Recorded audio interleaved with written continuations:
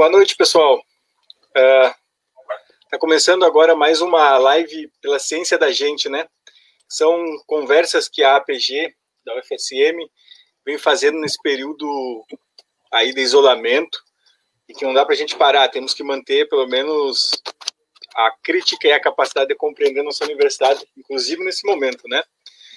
Então hoje vamos conversar com a professora Angélica Lovato. A professora Angélica Lovato é professora em Ciências Sociais da Unesp, professora da pós-graduação em Ciências Sociais da Unesp, do campus Marília.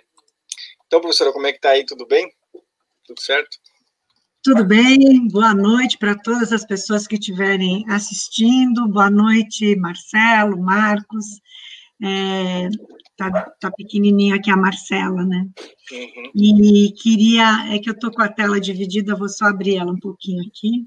Queria, então, cumprimentar todos vocês, agradecer imensamente esse convite. Em tempos de pandemia, temos que dar esse nó, né, na realidade, tempos de crise, e achei uma excelente iniciativa a PG fazer, né, essa grande promoção de temas para a gente poder conversar aqui. Vai ser uma noite, com certeza, boa, estou feliz de estar aqui. Obrigada. Uhum. Então, assim, gente, nesse período de quarentena, né, seguindo as lives, temos aproveitado a web para dar continuidade em assuntos pertinentes ao UFSM, em especial ligado à pós-graduação, né. Na segunda-feira passada, agora, nós conversamos com a psiquiatra Marta Noal sobre o tema saúde mental. E é importante chamar a atenção, né, que a gravação da live de segunda-feira com a Marta já está disponível na página do próprio Facebook, e como ficará essa aqui também disponível depois. E também no YouTube, né, não sei se vocês perceberam, mas a gente agora tem um canal no YouTube, e é só procurar lá a APG-UFSM, Associação de Pós-Graduandos, que vocês vão ter acesso às outras lives, inclusive essa depois que terminar. Então, para a conversa de hoje, né, vamos tratar sobre a seguinte questão. A professora Angélica Lovato vai falar sobre universidade e ciência, como rejeitar o irracionalismo contemporâneo e estimular o pensamento crítico. Bem, eu sou Marcos, discente de pós-graduação em educação da UFSM. E os nossos colegas, a Marcela e o Marcelo. Marcela? Boa noite, pessoal. Mais uma live aqui. Vamos nessa. Boa noite a todo mundo que está nos assistindo, todo mundo que vai nos assistir, né, num futuro não distante, pode ver amanhã, depois. Espero que todos estejam conseguindo ficar bem, sãos nessa quarentena, né, se é que isso é possível, com esse governo atual que a gente tem. E eu e todos nós aqui da PG, a gente agradece muito a presença da Angélica, e é isso aí, vamos juntos nesse debate. Isso aí, então, gente. Durante a live, quem estiver assistindo, né, pelo menos ao vivo, pode ficar à vontade para fazer comentários, questões, perguntas, que a gente vai respondendo aqui. Diferente dos outros dias que o Maurício estava nessa função de pescar ali as questões, né, hoje vai ser a Marcela que vai pensar as questões, as perguntas, para a gente poder discutir aqui depois da fala da professora.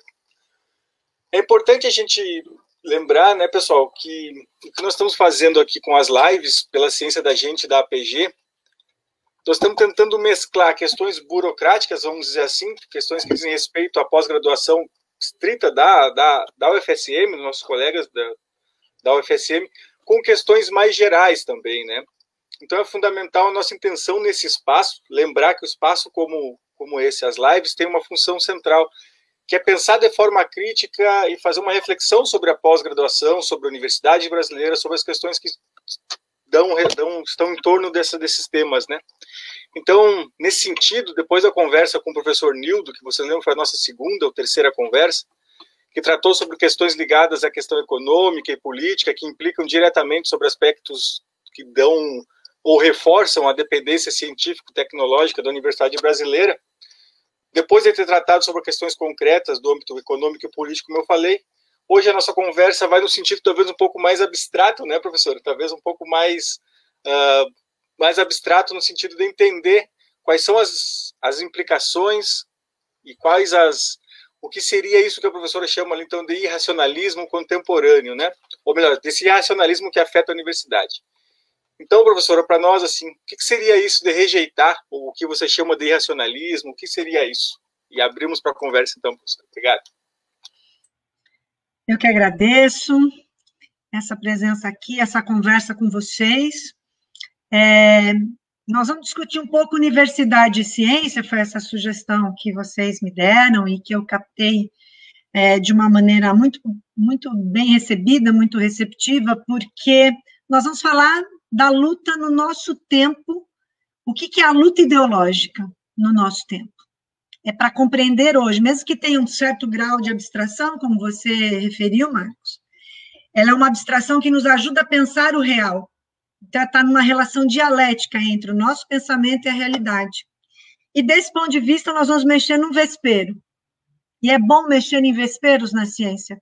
A ciência só se constrói a partir, não de uma reprodução daquilo que já está se falando, mas de um questionamento daquilo que não está nos contentando. Se a gente olha para o mundo hoje e vê como ele é, alguém vai estar satisfeito com a forma como ele está organizado? Então, nós temos que entender ciência como uma coisa muito concreta.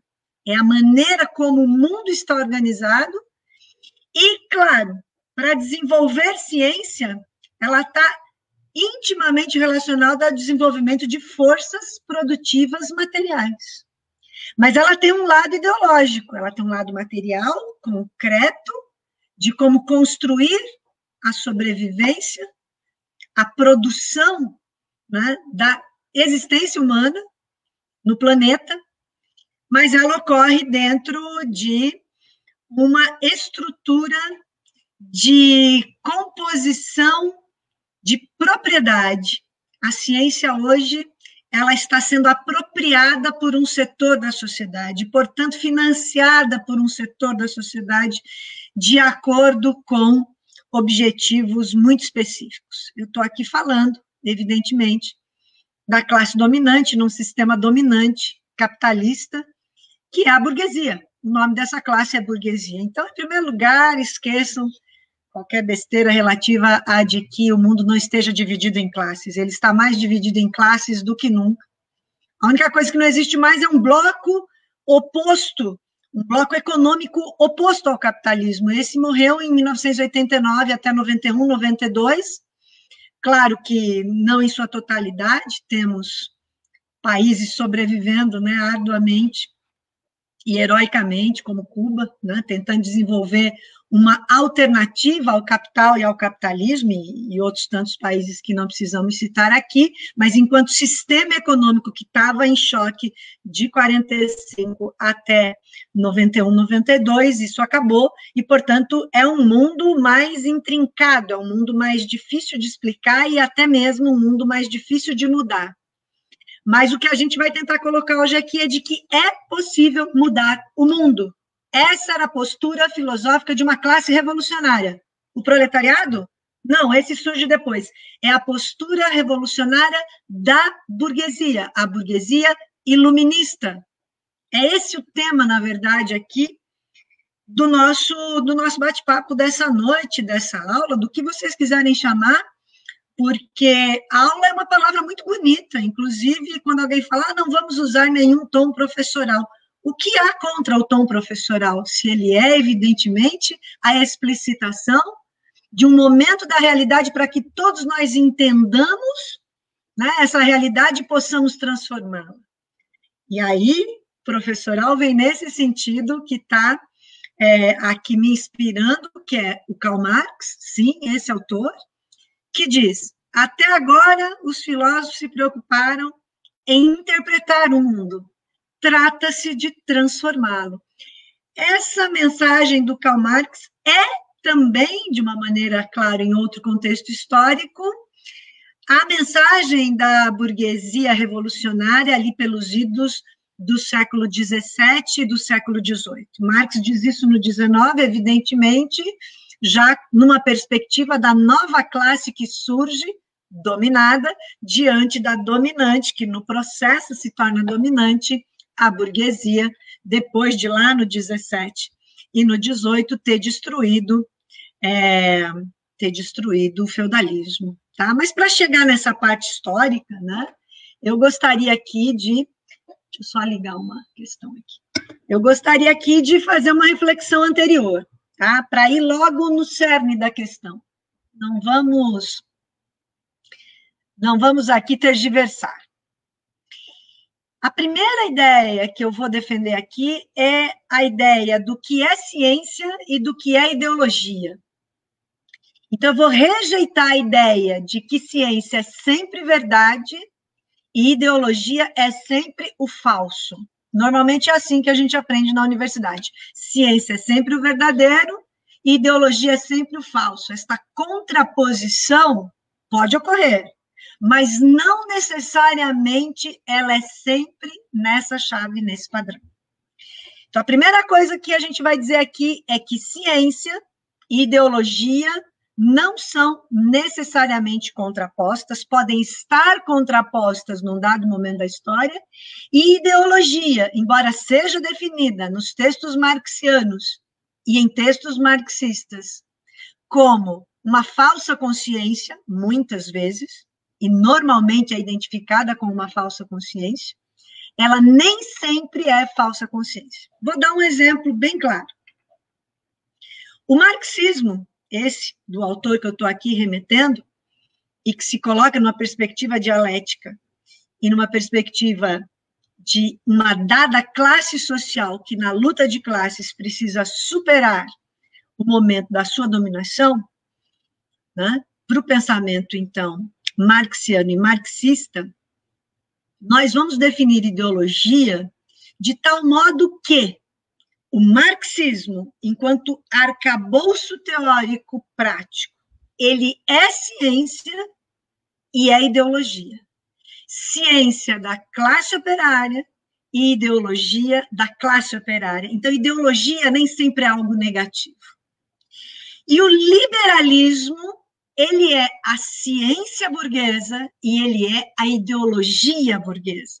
Por isso que eu nem uso a expressão, procuro não usar a maior parte do tempo, a expressão neoliberalismo. Para mim não existe neoliberalismo. Eu não luto contra o neoliberalismo. Eu luto contra o capitalismo, cuja expressão ideológica e científica é o liberalismo. Entendem? Porque aí a gente vê de uma outra maneira a contraposição de que ciência é verdade e de que ideologia é o falso, vai dizer que o liberalismo é a verdade e o marxismo é o falso. Acontece que são expressões que descrevem a realidade e defendem uma posição diante da realidade, por isso que ciência não é neutra, nunca, nunca, em nenhum momento. Nem na área dura, das biológicas, das físicas, das matemáticas, que aí já não é dura, né? Está no campo da filosofia, e muito menos nas ciências sociais e humanas. Não há neutralidade em ciência, há uma posição, há uma defesa de um dado arcabouço que coordenadamente é a visão ideológica de uma classe. Então, claro, que o liberalismo, para a classe operária, é uma falsa consciência. E o marxismo, para a burguesia, é uma falsa consciência. Mas o liberalismo e o marxismo são verdades para cada uma das suas duas classes, porque correspondem a uma posição material e teórica em cima da composição social. Eu espero que com essa primeira explicação já fique claro para a gente, e claro, depois façam todas as perguntas possíveis e imagináveis para a gente descrever isso. Porque, olha, não é fácil, mas é possível estabelecer mediações de coisas grandes, de totalidades, e que a gente vai aqui, claro, em 40 minutos, procurar mais levantar dúvidas, estímulos, né? E fazer aqui um vespero virar algo que possa ser compreensível para nós. Claro que eu vou falar contra a corrente. Claro que eu vou falar uma concepção que não é a que é defendida na universidade, de dois pontos de vista. O metodológico, né? E, de uma forma ainda metodológica, mas num arcabouço maior, o teórico. Para isso, eu vou usar filosofia e história. Vamos ver se eu vou ser feliz nessas mediações, porque elas são difíceis de serem feitas, mas elas têm um fio da meada, e é esse fio que eu vou puxar agora. tudo bem até aqui? Né? Tá tudo tranquilo. Pode seguir. Então, vamos seguir. Já sabemos que ciência tem lado, né? Tem posição. E veja, gente, isso é legítimo. É legítimo de uma classe que está no poder defender a sua classe e permanecer no poder. E aquela que está dominada formular uma visão de ultrapassagem da situação vivida. E, para isso, ela tem que desenvolver ciência e ela tem que ter uma posição ideológica e uma posição que se reflete numa luta ideológica e numa luta concreta material de classes. O Engels, outro autor muito importante, né, grande amigo e que produziu textos junto com o Karl Marx, diz uma frase que eu sempre repito, quem já viu outras palestras minhas vai cansar de ouvir isso, mas eu tenho que repetir aqui para quem estiver ouvindo pela primeira vez. O Engels diz o seguinte, que a luta ideológica é um importantíssimo momento da luta de classes, porque ela instrumentaliza a luta de classes que se dá com armas, com guerra, com confronto de duas posições. E aí, claro, né, nesse momento, quem está levando vantagem é essa classe que está no poder, a burguesia, e ao proletariado, claro, que é, numa expressão mais ampla, a palavra proletariado, quer dizer, essa classe operária, e eu gosto de usar a palavra operário, operária, que não faz relação apenas com trabalhador sujo de graxa, de macacão. Não, o operário, na definição do Marx, que está ali nos meandros do Capital, não é fácil de perceber, mas ele diz lá, numa dada altura, e em outros textos maravilhosos dos anos 40, o seguinte, que o operário é o trabalhador mais avançado do seu tempo, seja ele qual for. Tá? E proletariado envolve toda a camada de trabalhadores. É que hoje o movimento sindical normalmente só trabalha com a categoria que está empregada. Olha que paradoxo. O sindicalista e o sindicato e a central sindical trabalhar só com quem está empregado. Quer dizer, isso não é a classe trabalhadora é mais ampla. Não vou entrar nisso agora, eu vou voltar no núcleo que a gente quer aqui explicitar. Portanto, esse mundo da ciência e da ideologia, ele é um mundo da revolução e da contra-revolução. Isso não é só uma teoria no Lenin, ou quando você vai discutir processos revolucionários. Isso está na concepção histórico-científica, metodológica, ideal e prática de uma classe. E a hipótese que eu defendo aqui, numa pesquisa muito difícil de ser feita sozinha, mas que há anos, né, dentro da universidade e fora da universidade, a gente vem testando essas hipóteses, e claro, né, com o grupo político do qual eu participo, do sindicato do qual eu participo, da organização da qual eu participo, eu sou uma pessoa de partido, de sindicato, de universidade, de movimentos populares, o que tiver aí de organização, principalmente de ultrapassagem do muro da universidade. Claro, estou na universidade, é o meu trabalho, gosto dele, tenho honra dele, adoro meus estudantes, dos meus alunos, todos os meus colegas, mas a grande verdade é que a grande maioria, nós estamos aqui falando para uma associação de pós-graduandos, vocês sabem o que é o mundo cão da universidade. Ou você é um pouco escravo de um professor e vai fazendo a pesquisa dele mesmo sem você querer, e isso daí agora nem mais bolsa rende, né? E o último objetivo, que é você não ser um intelectual acadêmico, mas um intelectual público, cujas ideias se colocam para a mudança da sociedade, isso causa um confronto e um conflito, evidentemente, se abandonado na universidade. Ou, com raras exceções, né, a estrutura na qual se produz ciência na universidade é uma estrutura conservadora. Quebrar essa estrutura é muito difícil. Mas ficará para a história aquelas ideias que sobrepujarem a própria aniquilação científica que a universidade traz. E, para isso, esse modelo de universidade, que foi construído no século XIX, e que só piorou do XIX para cá, porque cada vez corresponde mais a uma posição de contra-revolução burguesa, é a tese, ou melhor dizendo, a hipótese, digamos assim, que está gerando uma tese que eu vou apresentar aqui. A minha hipótese é a de que existem 4 momentos ideológicos da contra-revolução burguesa, ou seja, o momento de uma teoria contra contra-revolucionária burguesa, vista no seu todo, no mínimo de 1848 para cá, daqui a pouco eu vou localizar essa data, porque é ela, tem 4 momentos de contra-revolução burguesa que acompanham mais ou menos, ao mesmo tempo histórico, 4 avanços materiais tecnológicos do ponto de vista da produção e das forças produtivas capitalistas, tá? Revolução industrial, eletricidade, eletrônica e a chamada nanotecnologia, isso no plano material, e acompanha também 4 momentos da classe operária resistindo na luta de classes a essa burguesia.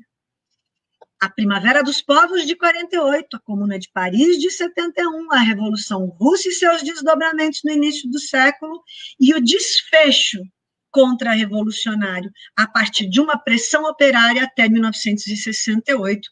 E de lá para cá, nossa vida está muito miserável. E é quando a 4ª contra-revolução burguesa tem apresentado uma vitória extraordinária, e já vou adiantar por quê. Porque ela se inseriu na forma e na expressão ideológica, terminológica, parecida com a da esquerda, com um fundamento conservador contra-revolucionário, que, numa sofisticada trama filosófica, se apresenta e aparece, sendo redundante, na sua aparência, a essência contra-revolucionária aparece, vejam só, eu tiro o chapéu, como revolucionária. Então, todo mundo acha aqui que o Maio de 68 francês, o de Berlim, o de Berkeley, foi uma maravilha da natureza, maravilha social, e ali, né, a gente pode comemorar, porque foi um marco contra o socialismo real e um marco contra o capitalismo, e tentou trazer uma terceira alternativa. Primeiro, não trouxe. Segundo, não era. Só que isso é um vespeiro, porque você está mexendo com toda a historiografia do Maio de 68. Então, a 4ª contra-revolução burguesa tem um nome, ele muda de vez em quando, mas ele é a pós-modernidade. Não é pós-modernismo, não é pós-estruturalismo, está tudo misturado ali, mas vamos pegar um guarda-chuva que é a pós-modernidade. Essa é a 4ª contra-revolução burguesa, essa que se põe em meados do Maio de 68 para cá, até hoje, né?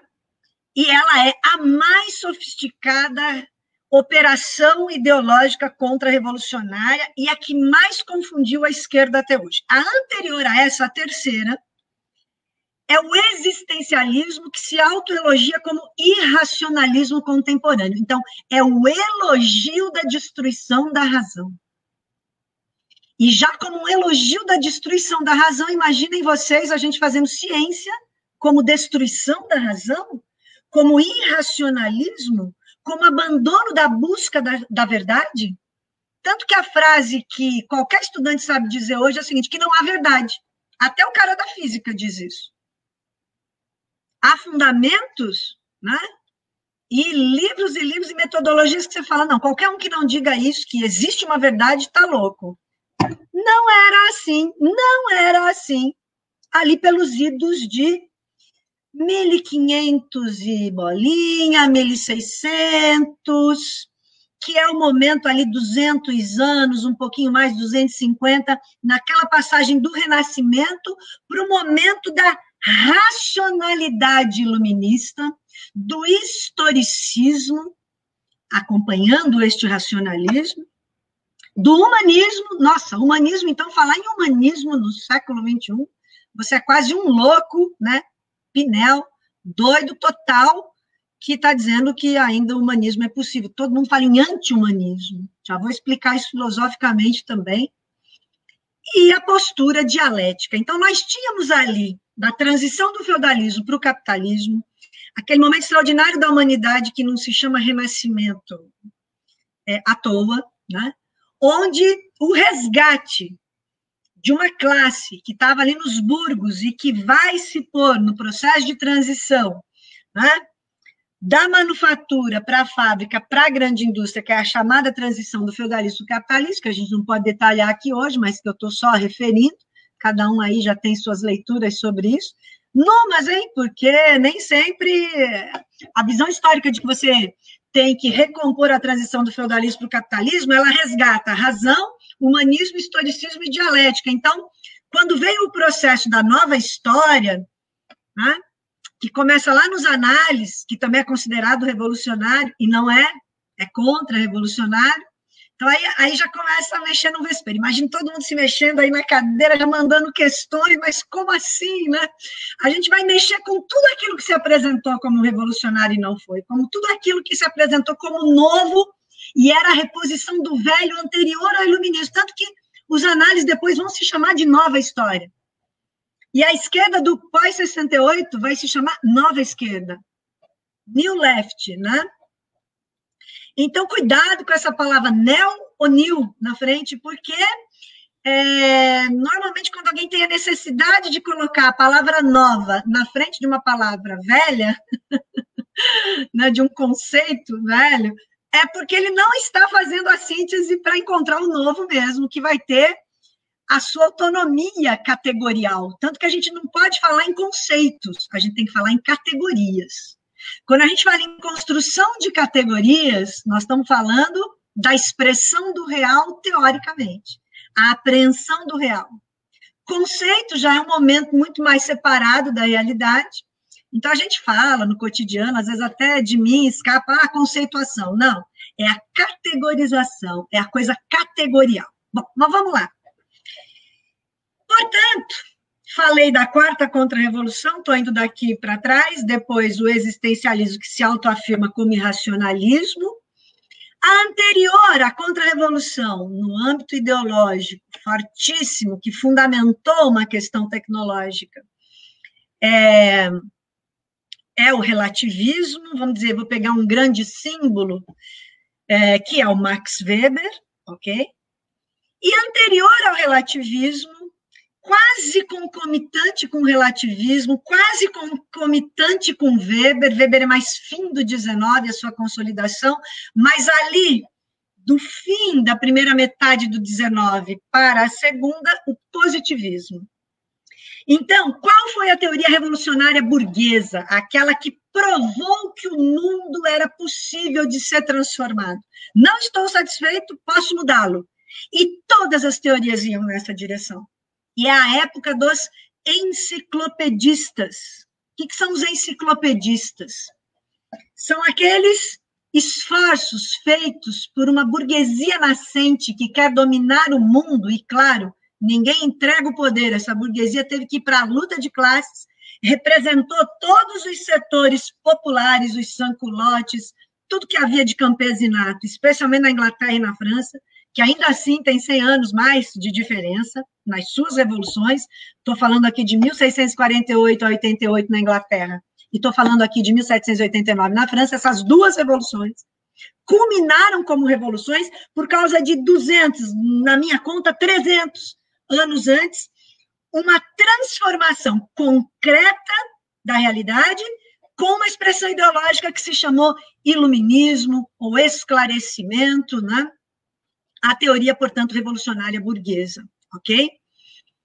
E os enciclopedistas desenvolveram uma ideia espetacular, que só se a gente pegar essa ideia hoje, a gente já dá um pau, uma porrada na pós-modernidade, que é a seguinte: tudo que a humanidade produziu de conhecimento até hoje tem que estar num único livro, enciclopédia.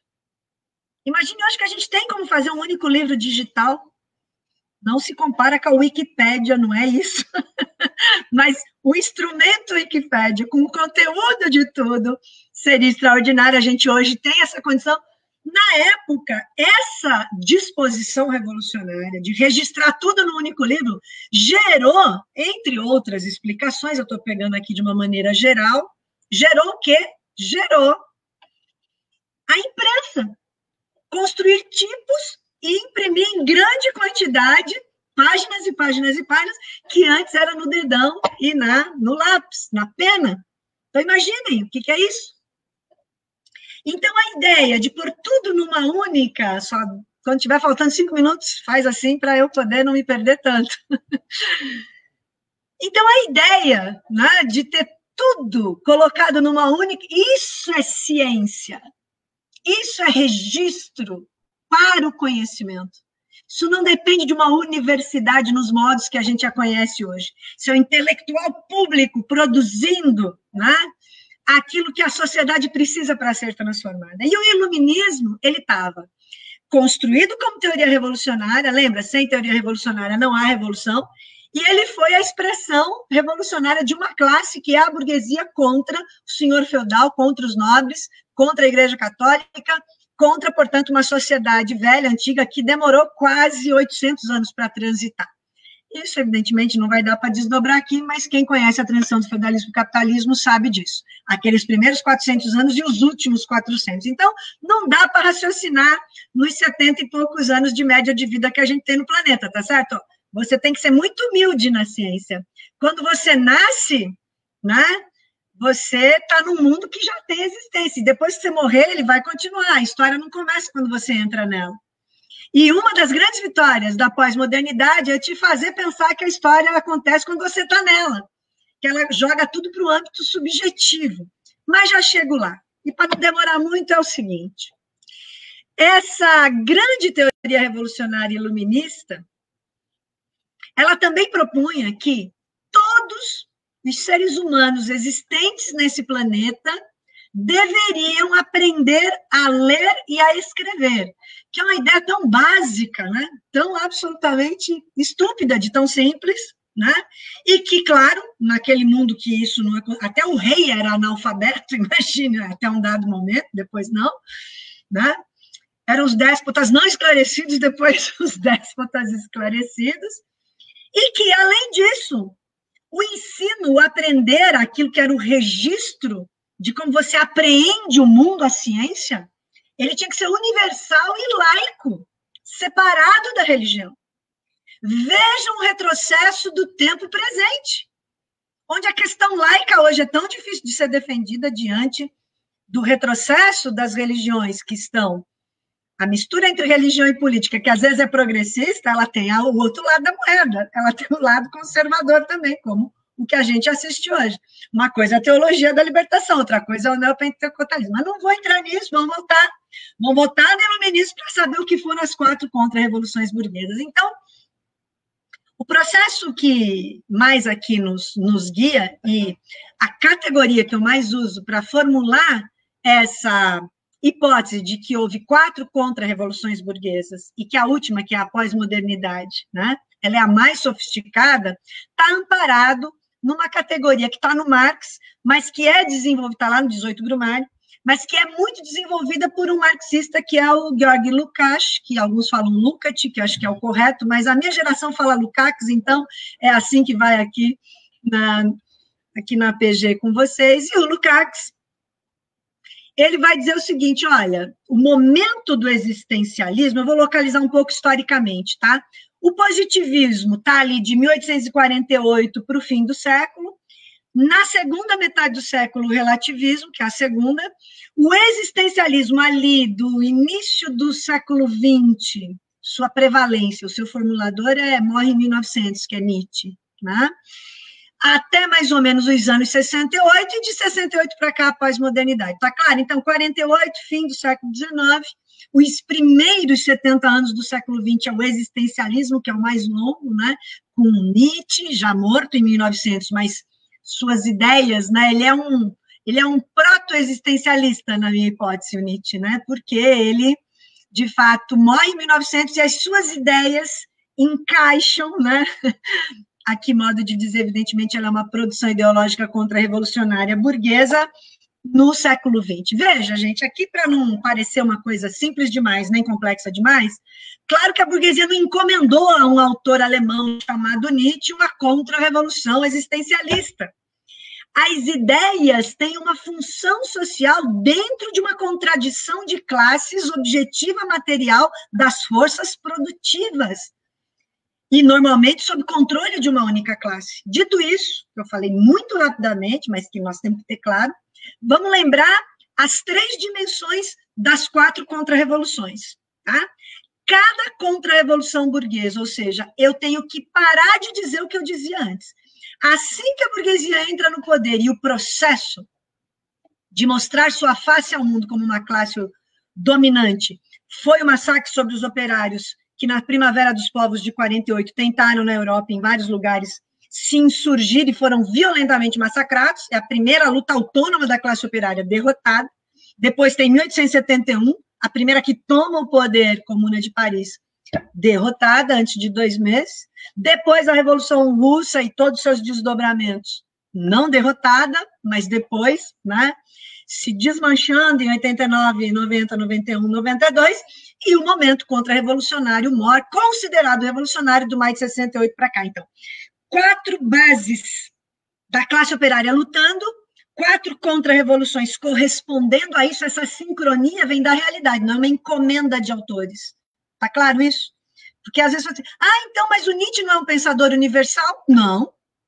O Marx não é um pensador universal? Não. Não existe essa de universal. Universal normalmente está fazendo referência aqui a uma neutralidade científica. Não.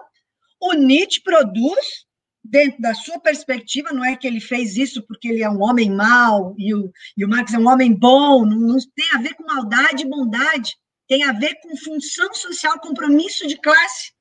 E o pensamento nietzschiano, objetivamente, é uma contra-revolução burguesa. Agora eu vou tentar, nesses minutos finais, que eu sei que eu já estou estourando o tempo, tentar entender por que a burguesia muda de posição, por que ela produz uma contra-revolução.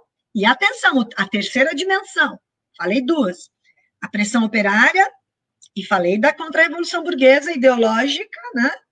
E o marxismo está aqui, e outras teorias sendo produzidas como expressão ideológica dessa luta proletária, que são aquilo que eu falei no começo aqui da nossa aula, que foi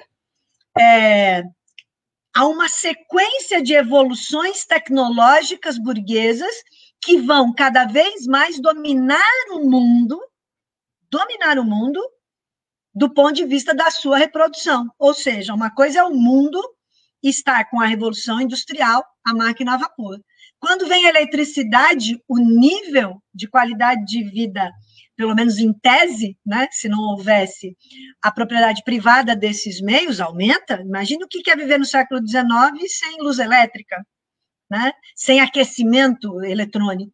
Depois, a eletrônica propriamente dita, que gerou toda essa era digital, e essa super sofisticação, que é a chamada quarta revolução tecnológica.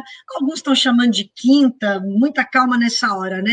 As gerações presentes querem logo avançar um troço que é o neo, é o novo, é o new, e não é bem assim, tá certo? Quando, então, que a burguesia sente que ela tem que mudar de posição? Quando ela está no poder e gera uma outra classe, ou seja, a nivelação da igualdade, a liberdade, a igualdade, a fraternidade, elas não são entregues, vende e não entrega. Por quê? Porque a quarta palavra não aparece na expressão, no bordão, que é a propriedade, o direito à propriedade, o sagrado direito à propriedade que o capitalismo tanto valoriza. Então, estas 4 dimensões geram esta camada que sabe muito bem dominar o mundo e que corresponde à reprodução do valor, né, e à extração do valor da força de trabalho. Bom, aí gente mais competente que eu já veio no programa ou vai vir para explicar essa relação do que é o valor trabalho e que o trabalho é que é a fonte da riqueza de uma nação, né? Como muito bem ali a própria burguesia iluminista trouxe essa ideia com Smith, enfim, Ricardo, e aí o Marx vem e supera isso. O que acontece, então, que é muito simples de ser explicado? Uma decadência ideológica burguesa. Essa é a categoria que eu anunciei ali, que estou falando agora qual é o nome dela. Decadência ideológica burguesa, que está no Marx, e, na sequência, o Lukács desenvolve. Decadência aqui não significa perda de qualidade. Decadência aqui, ela é cada vez mais sofisticada. Decadência aqui significa abandono da razão, um assalto à razão ou uma destruição da razão, ou, no caso da quarta contra-revolução burguesa, uma miséria da razão. Então, vejam, decadência ideológica, assalto à razão, destruição da razão e miséria da razão. São quase sinônimos, né? Há uma diferença, claro, né? que quem sabe, eu até queria dizer aqui para vocês, precisando hoje só jogar a bomba e depois desdobrar a bomba, eu me coloco quando vocês quiserem, nem que seja mais para o final do ano, fazemos, né? Quem sabe até presencialmente já, olha eu me autoconvidando, né? Para a gente continuar pensando aqui esse desdobramento. Mas vamos lá que agora vem o bom da coisa para a gente abrir para as perguntas. No momento que eu estou no poder e vejo que construir uma nova classe oposta a mim, se eu continuar dizendo, todos têm que ler e escrever, o ensino é laico, não se mistura com religião, é possível olhar o mundo, compreendê-lo na sua totalidade e transformá-lo. Bom, no mundo terrível e paupérrimo, que o fim do século XIX, por exemplo, apresenta em Londres, com aquela quantidade de órfãos, com homens e mulheres que morriam no processo produtivo, com o trabalho de crianças, e aquela pauperização da humanidade que o capitalismo tinha gerado, não tinha trazido liberdade, igualdade e fraternidade, você acha que a nova classe oposta àquela que defendeu isso, ouvindo que o mundo é possível de ser mudado, né, ela vai fazer o quê? Vai ficar parada? Não, ela vai fazer a revolução. Então, a burguesia faz duas coisas terrivelmente, digamos assim, perversas. A primeira é que o seu sistema produtivo retira do trabalhador a capacidade dele se sustentar. Ele passa fome, ele passa necessidade e ele não frequenta a escola. Em sua grande maioria. E quem frequentar vai aprender esta concepção da contra-revolução, que é no fim do 19 que o modelo de universidade que a gente frequenta, subdividido em vários fragmentos e não mais uma leitura de totalidade. Tchau, enciclopédia, entra o ser especializado. Atenção, você que acha que não é especialista de nada, você é feliz. Embora o seu orientador, a sua universidade, o seu programa esteja a todo momento na hipótese da sua tese, da sua dissertação de mestrado, dito o seguinte, você não foi específico aqui, você não recortou o objeto, nada contra o recorte do objeto, ele é importante na totalidade também, mas exigem de você uma especialização. Tanto que eu sou uma socióloga, tem hora que é apresentada como cientista política, antropóloga, economista, historiador, nós temos que ser um pouco de tudo isso. Mas aí você expande e não fica com a cara enfiada na terra, num funil, com o bumbum de fora, entendeu? E a ciência burguesa passando a mão nesse seu bumbum de fora. Essa é a imagem ridícula na qual nós estamos na universidade hoje, porque nós estamos na quarta contra-revolução burguesa que está dizendo, acima de tudo, esta diferenciação, que é qual? Abandono da razão, abandono do humanismo, abandono do historicismo e o principal, a primeira de todas, o abandono da dialética. Se eu disser, não concordo com uma palavra do que dizes, mas lutarei até a morte pelo seu direito de defendê-las, que é Voltaire, um iluminista burguês, francês. Veja, se essa frase do Voltaire, um iluminista burguês, a gente retomasse hoje, né? 29 de abril de 2020, a gente já iniciaria um grande processo de pensamento crítico. Porque, inclusive, se você, na sua tese ou na sua universidade, né, você disser, bom, a banca não concorda com uma palavra do que eu digo, mas lutará até a morte pelo meu direito de defender, ele vai me dar um 10 na defesa, tu vai se enganar, porque a sua banca vai ser, né, realmente aquela que vai reprovar o seu trabalho. Então, veja, nem essa mínima questão burguesa clássica, revolucionária, é valorizada. Então, para agora, digamos, pegar o pulo do gato e tentar mexer no vespeiro de tal modo que a gente esclareça porque a quarta revolução burguesa ela é a pior, eu vou dar 3 identidades que a gente precisa aqui massacrar nas nossas consciências, ler e, de fato, vamos dizer assim, construir como uma totalidade. A rejeição que a teoria burguesa contra-revolucionária vai fazer, em primeiro lugar, é a rejeição às metanarrativas. Ela vai opor metanarrativa, que é um estudo de totalidade, eu vejo tudo, destruo e construo outra coisa no lugar, destruo o feudalismo, construo o capitalismo no lugar, tudo que era sólido tinha se desmanchado no ar e era possível, e ainda pensando numa sociedade mais igual, ela vai dizer o seguinte, vamos construir narrativas fragmentadas, não uma metanarrativa. Então, o positivismo virá e proporá ordem e progresso. Contra o quê? A balbúrdia da Revolução Burguesa.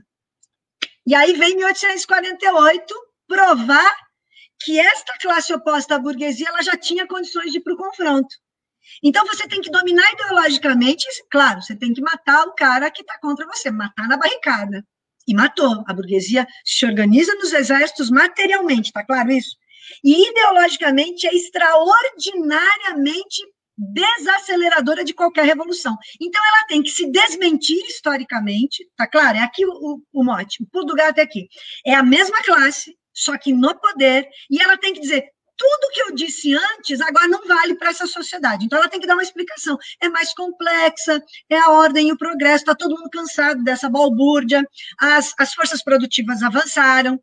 Então, ao invés de dizer humanismo, historicismo, razão, dialética, ela vai dizer, eu agora tenho que pôr ordem e progresso aqui na parada. Bom, esse discurso não pegou. Imagina o que é entrar um positivismo no lugar de um iluminismo. É muito reduzido, é muito decadente ideologicamente. É outra burguesia. É a burguesia que mata e massacra a classe operária. Então, ela põe as garras para fora. E como isso foi insuficiente, o processo de função social, de necessidade social de uma contra-revolução, vem com um bloco de gente, cuja maior expressão é o Weber. Ele tem lá Riquet, Windelband, um monte de gente. Tá? Até o Lukács foi aluno, né, dessa turma aí, conviver um período desse momento do relativismo, depois ele se torna um marxista, mas não vou entrar nisso agora. Weber, a questão da fragmentação. Então, ele deprime a metanarrativa, ele diz que a ciência não é neutra, ele já tem uma outra explicação, né? E ainda tem um ranço racional, ranço aí no sentido burguês, tá? E ele vai dizer assim, não, a gente pode construir um tipo ideal, um modelo, baseado objetivamente na realidade. Depois que ele se torna um modelo, eu aplico nas minhas pesquisas e eu vou tirando conclusões absolutamente fragmentadas. Não é possível entender a sociedade como um todo. É possível entender a parte, mas não o todo. Aí tem uma jogada sofisticadíssima, que não vai dar tempo de expor aqui, entre aparência e essência, entre como tratar presente, passado, futuro, que são dimensões importantíssimas. Posso esclarecer melhor na pergunta, se for o caso, né? E o terceiro momento, ele é um momento que já não tem mais sujeito e objeto, que é uma relação na ciência tão importante, né? Na relação sujeito e objeto do positivismo, ele faz tudo para o objeto me domina. Na do relativismo com Weber, ele diz, o sujeito tudo pode, e não há verdade objetiva, só há cada verdade de cada sujeito. Na hora que você diz só há cada verdade de cada sujeito, você acabou de destruir a potência revolucionária. Você não vai buscar na objetividade do mundo uma possibilidade de transformação. E, gente, isso é poderoso, porque é muito mais simples para um indivíduo não se pensar como classe e ver uma saída individual para tudo. Bom, mas como se não bastasse isso, e é muito sofisticado o pensamento de Weber, vem um cara ainda mais extraordinário que Weber, na minha opinião, extraordinário, eu o combato veementemente, ideologicamente. Mas aqui ninguém está batendo em cachorro morto, ninguém está falando aqui de nenhum amador burguês. Nós estamos falando de gente grande, estamos falando de Durkheim, estamos falando de Comte, positivo, estamos falando de Weber, Windelband, Riquet, né? Estamos falando de Utay, estamos falando de Nietzsche, essa figura que morre em 1900, mas cujo sucesso do seu pensamento é o seguinte, é o completo abandono da razão e na relação sujeito-objeto, né? E naquilo que significa uma insustentável leveza do ser, que depois vai gerar, né, inclusive, resultados no campo da literatura, que vocês devem conhecer, mas não vai dar tempo de eu descer aqui a detalhes, vocês não têm noção da riqueza literária, riqueza no sentido de grande número, né? E pobreza ideológica no mesmo sentido de expressão do existencialismo a partir desse momento, da Primeira Guerra Mundial, Segunda Guerra Mundial e o bloco de confronto União Soviética e Estados Unidos que vai durar ali. Naquele momento da Revolução Russa, e vem essa resposta existencialista, é o ser e o nada. O mundo não existe. Quando eu digo que o mundo não existe, o ser pode continuar existindo, que não vai ter o que mudar. Gente, é muito mais eficiente que o Weber isso, mas extraordinariamente. Só que é um detalhamento rico que a gente pode fazer depois em alguns exemplos. Por que a quarta contra-revolução burguesa é ainda pior que o Nietzsche, é ainda pior que o Weber, é ainda pior que o Durkheim? Atenção, não em qualidade da reação e da contra-revolução. Eles são extraordinariamente difíceis de serem combatidos. Não pode ser combatido por amador, porque não são amadores. E o marxismo é um grande instrumento para isso. Vem não só o ser e o nada, até o ser é relativizado. Mas o ser é relativizado na quarta contra-revolução burguesa, fazendo um papel de que a esquerda e a direita tinham que ser rejeitados nos seus projetos antigos, então o capitalismo e o socialismo real, e que nós não tínhamos mais que acreditar em algumas ilusões e nos contentar em não tomar o poder. Bom, então a quarta contra-revolução já é contra-revolucionária, porque está dizendo para uma camada explorada o seguinte: não é possível tomar o poder, o macro-poder, só é possível lutar, não podemos enganar a humanidade. Essa esquerda marxista engana, essa direita iluminista é a ilusão, a modernidade nos enganou. A pós-modernidade, que é o elogio da loucura, é o elogio da irracionalidade, vai trazer o quê? Só é possível lutar em micropoderes, em causas, em aspectos particulares, e vai confundir a cabeça de toda a esquerda. Por quê? Porque vai trazer um discurso de maiorias, como se fossem minorias, vai dizer que a teoria das classes sociais está ultrapassada e que o que importa são movimentações horizontais, espontaneístas e desarticuladas, não é da classe trabalhadora, é dos movimentos populares, não sociais. Até a palavra popular é abandonada pela pós-modernidade. E ela vai trazer o seguinte: vai haver uma pós-modernidade de direita e uma de esquerda. Isso eu posso explicar no debate, mas eu vou pegar aqui o que significa para a esquerda. Ela vai chamar de minoria o que é uma maioria, ela vai eliminar a classe, ela vai igualar as pessoas na sua desigualdade, estabelecendo micropoderes no âmbito individual e vai dizer que só é possível lutar nesse âmbito.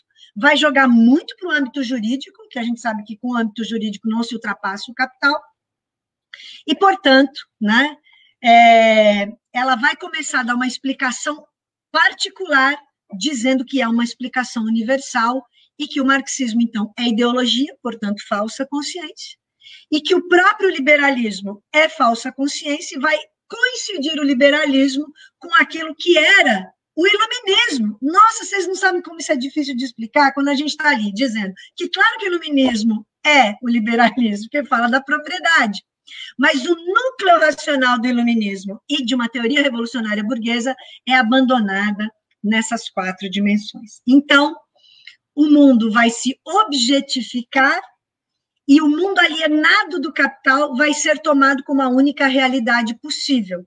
Então, veja como é capcioso. Há uma possibilidade de luta, não é como no existencialismo, que praticamente era o convite a você se suicidar. Não há saída, é o convite do Nietzsche. Então, do que continuar vivendo essa vida sem sentido, abrevie a sua vida.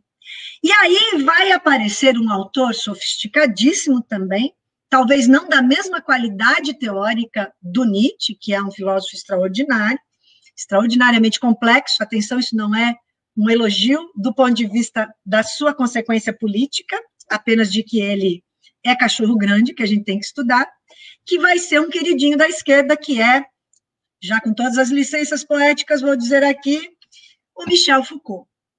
E eu quero detonar muito o Michel Foucault na parte das perguntas, porque não vai dar tempo agora, que eu acho que eu já ultrapassei o meu tempo, entendeu? Mas o Michel Foucault, como esse momento reificado da pós-modernidade e que vai trazer para nós uma sensação, ele é extraordinariamente ilusório para nós e faz da nossa ilusão uma possibilidade. Ele pega 3 nichos de luta, né, que são insuperáveis e que o mais difícil de criticar Nietzsche é criticar essas 3 questões. Ele pega as prisões e faz a crítica, ele pega a loucura, os manicômios e faz a crítica, né? E ele mexe com a questão dos homossexuais, ele mesmo um símbolo dessa luta, a questão LGBT, que nem se falava assim naquele momento, evidentemente, e vai fazer a crítica, né, o valor dessas 3 lutas e colocar isso como a única luta possível, fora da classe social, nenhuma possibilidade de transitar pelo feudalismo, pelo capitalismo, né, como o feudalismo tinha sido superado lá, e não há possibilidade de construir nada além disso. Então, veja, a pós-modernidade supera o existencialismo porque apresenta uma saída, a microsaída, o micropoder. E isso vai ter um golpe fatal no marxismo, porque na hora de resgatar o marxismo como luta de metanarrativa, ele é desqualificado, porque ele propõe a tomada do poder, nos engana, e a única coisa que é possível é não ser socialista, é não ser marxista, é rejeitar o Lenin, a vanguarda, é rejeitar o partido, sindicato, instrumentos velhos. É a nova política, movimentos horizontais sociais, espontaneidade, tudo aquilo que significa uma minoria se pôr, só as causas, nunca o objetivo final que seria a tomada de Estado, que vai dar sequência a uma coisa comemorada pela esquerda cirandeira, que é o seguinte: mudar o mundo sem tomar o poder. Sinto muito, esquerda cirandeira, sem tomar o poder, é o arraso de qualquer possibilidade nossa, e aí sim a teoria revolucionária. Hoje é resgatar o iluminismo com as ultrapassagens materialistas de Marx. Encerro por aqui, deixei todas as polêmicas com os fios abertos, queimando aí na água, né, todo curto-circuito. Aguardo perguntas capciosas pendentes. Primeiro, assim, eu me admiro de, em tão pouco tempo, conseguir ser didática, manter uma linha de raciocínio importante. Obviamente, professora, são muitas questões. E, infelizmente, também a gente teria que ter muito mais tempo para discutir elas, e eu tenho certeza que nem 4 horas dariam conta. Isso é trabalho para cursos, para profundidade. Mas eu abro primeiro para o Marcelo e para a Marcela, se vocês tiverem alguma questão, porque eu também tenho coisas a colocar aqui, que não são perguntas, são elementos para a gente ir discutindo e aprofundar algumas questões. Me lembrei muito do movimento estudantil, da universidade, da pós-graduação, de onde eu venho. Então, muita coisa vai surgir aí. Não sei se o Marcelo ou a Marcela, quem que segue. Pode ser o Marcelo. Só um comentário aqui, na verdade. Uma coisa que a gente percebe, pelo menos nós da esquerda, percebemos essa esquerda mais reflexiva, né? É que boa parte da esquerda brasileira atual se indigna e questiona ativamente sobre os problemas sociais, políticos, diversos e econômicos que a gente está passando, também sobre questões de raça e gênero, que merecem toda a nossa atenção, mas de alguma maneira esses movimentos falham em analisar todos esses elementos sob uma perspectiva totalizante, como você mesmo falou, Angélica, e que abarque uma origem comum a esses elementos. De tal maneira que quando a gente abandona ou desconhece, por ignorância, às vezes também, essa perspectiva, que é a perspectiva da luta de classes, né? A ideia de que existem duas classes profundamente antagônicas, com interesses profundamente diferentes. Essa esquerda acaba criando para si mesma um horizonte político, social, que muitas vezes nem ela sabe muito bem qual é esse horizonte, né? É um horizonte difuso, e é como se a simples luta por pautas individuais, que são importantes, a gente reforça isso, mas que muitas vezes são tidas assim, descoladas umas das outras, e os avanços pontuais que eventualmente podem surgir daí, né, que são muitas vezes momentâneos, inclusive, significasse uma vitória grande a longo prazo, né? E é claro que, mais uma vez, é importante a gente conseguir discutir isso e atuar nesse sentido, nessas pautas individuais também, mas porque é importante a gente matar a fome, por exemplo, de que tem fome hoje, né? Quem está sofrendo violência hoje, quem está perdendo bolsa hoje. Só que, e entrando aqui nesse contexto científico, justamente é importante nesse sentido. Mas se a gente não levantar claramente e materialmente um horizonte que a gente quer chegar, qual é o horizonte das nossas reivindicações? E isso acaba envolvendo retomar, como você falou também, a teoria política, né, o estudo da teoria por trás da nossa prática. Sem isso, dificilmente a gente vai conseguir sair da situação que a gente está, né? Ou, no máximo, a gente consegue momentaneamente ter sucesso em alguma dessas pautas individuais, só que daqui a 5, 10, 15, 20 anos, a gente vai se encontrar novamente lutando por essas mesmas pautas nesse eterno ciclo, porque basicamente essa é a dinâmica do capital, né? Ele acaba sempre nos levando a essas mesmas reivindicações sempre. É só esse comentário que eu queria fazer. A Marcela tem um comentário também, ou uma questão? Eu queria dizer que tem alguns comentários aqui que a gente vai passar daqui a pouco, questões para a professora Angélica.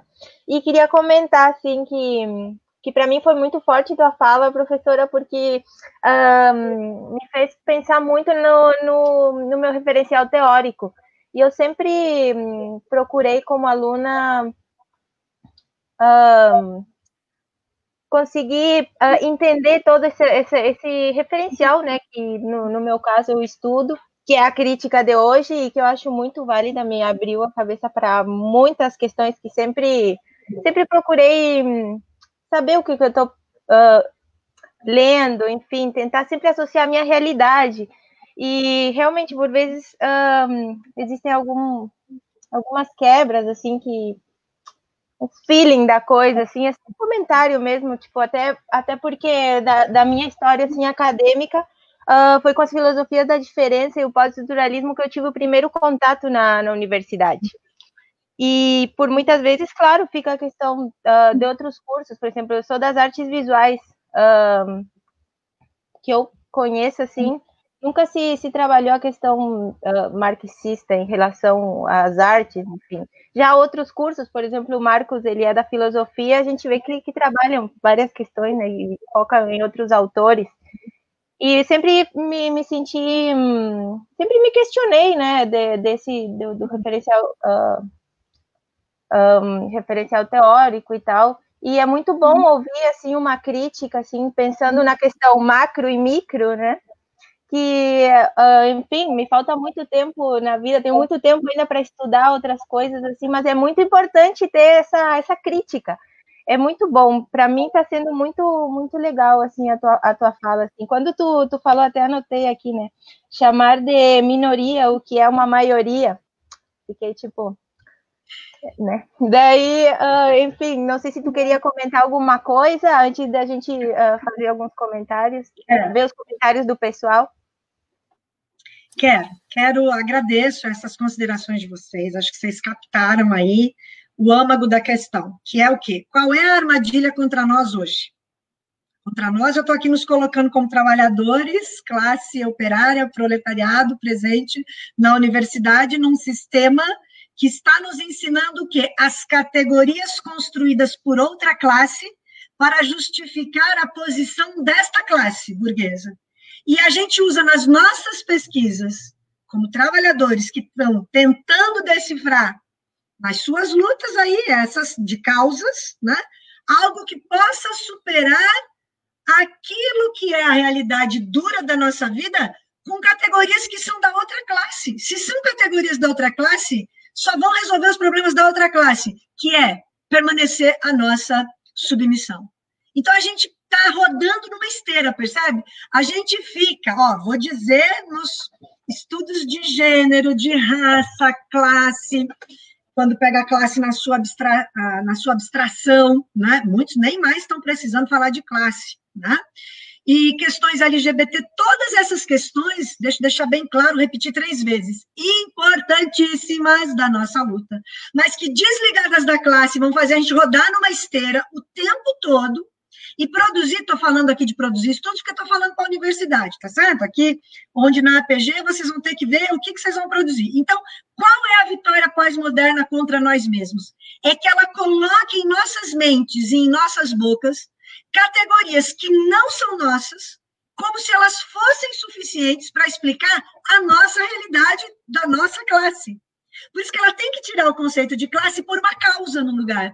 Porque a causa, a mulher burguesa que apanha do marido e a mulher pobre que apanha do marido. Então, elas estão ligadas por serem mulheres que apanham.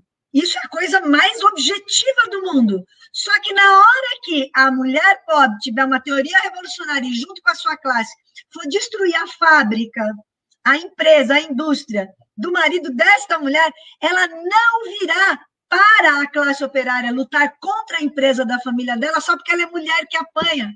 Ela, do ponto de vista da classe, vai ficar do lado da sua família, do lado do seu marido que a bateu. Ela está do lado da classe dela. E para dizer isso, imagina o que é dizer isso num vespeiro de uma discussão feminista, por exemplo, né? E que a gente está aqui deixando bem clara a importância da luta feminista. categoria insuficiente para explicar a nossa classe, e que a gente usa como se fosse nossa, mas é da contra-revolução burguesa, eu vou dar uns exemplos. Elas jamais vão levar a uma transformação do mundo. Primeiro, porque ela diz explicitamente, Foucault diz, não é possível tomar o poder de Estado. Só disso já dá muito clara a perspectiva de classe, que é a seguinte, não, então o Estado vai ficar eternamente com a burguesia? Mas tem uma coisa muito mais sofisticada do que essa expressão, tá lá para quem quiser ler, tá na obra dele. Aí tem esse do primeiro Foucault, do terceiro Foucault, do meio do Foucault, do último Foucault, tem gente que acha 5 Foucaults, 10 Nietzsche. Gente, é um pensador só, do começo ao fim, com suas mudanças, teses, antíteses e sínteses, se a gente for dialético, que vai compreender esse autor na sua totalidade. Qualquer um. Evidente que um autor muda, não de posição de classe, ele pode mudar às vezes até de posição de classe, a depender, tá? Não vou entrar nesse vespeiro.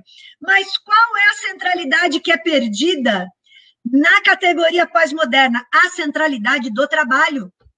Ela descaracteriza o trabalho contra o capital. Por isso que a gente fala de centralidade da classe operária, não é um jargão, entenderam? Que a gente vai repetir aqui só para fazer sociologia do trabalho e achar um novo termo, precariado, ou seja lá o quê. Não desprezo os novos termos, acho que as pessoas estão tentando chegar ao máximo possível de descrição da realidade. Mas não basta descrever, tem que mudar. E para mudar é o seguinte, vamos dar um exemplo aqui.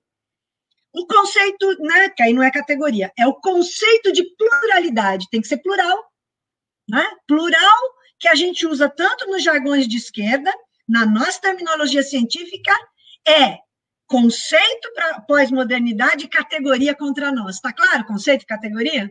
A categoria que nos explica não é a pluralidade. Pluralidade é misturar tudo como se todos fossem iguais. Gente, todos são diferentes, não é isso que a pluralidade fala? Então, se todos são diferentes, como é que você vai lutar pelo igual na base da justiça burguesa? Primeira contradição capciosa. Segunda, faltou vontade política, como se transformar algo fosse um ato de vontade individual e não uma condição objetiva da correlação de forças em choque na sociedade da luta de classes. Por quê? Porque é a vontade de potência que está no Nietzsche que se expressa ou não, e ela depende de um talento individual.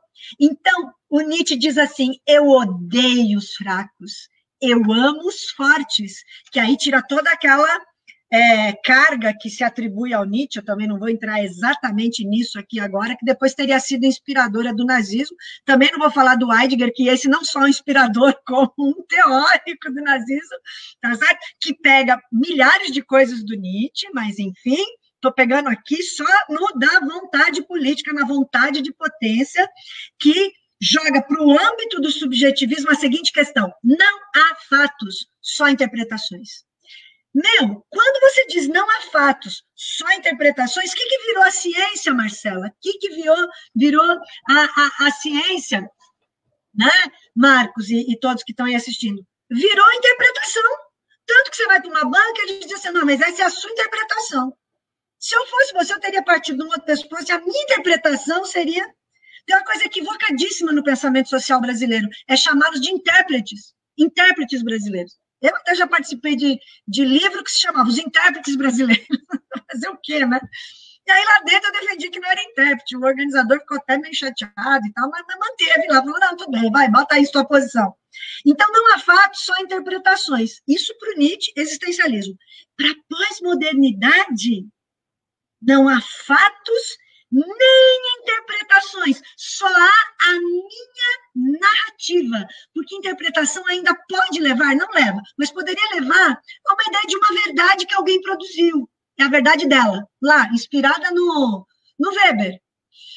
A narrativa, ela tira completamente qualquer possibilidade de verdade. Então, por favor, no 1º de maio, não vamos dizer é a narrativa operária, como se fosse apenas mais uma, é a narrativa feminina, é a narrativa LGBT, a minha narrativa, o meu lugar de fala, o meu lugar de uma fala, né? E não da minha classe. Está dentro da disposição liberal. Outra coisa, imaginário coletivo, isso aqui é substituição de consciência de classe.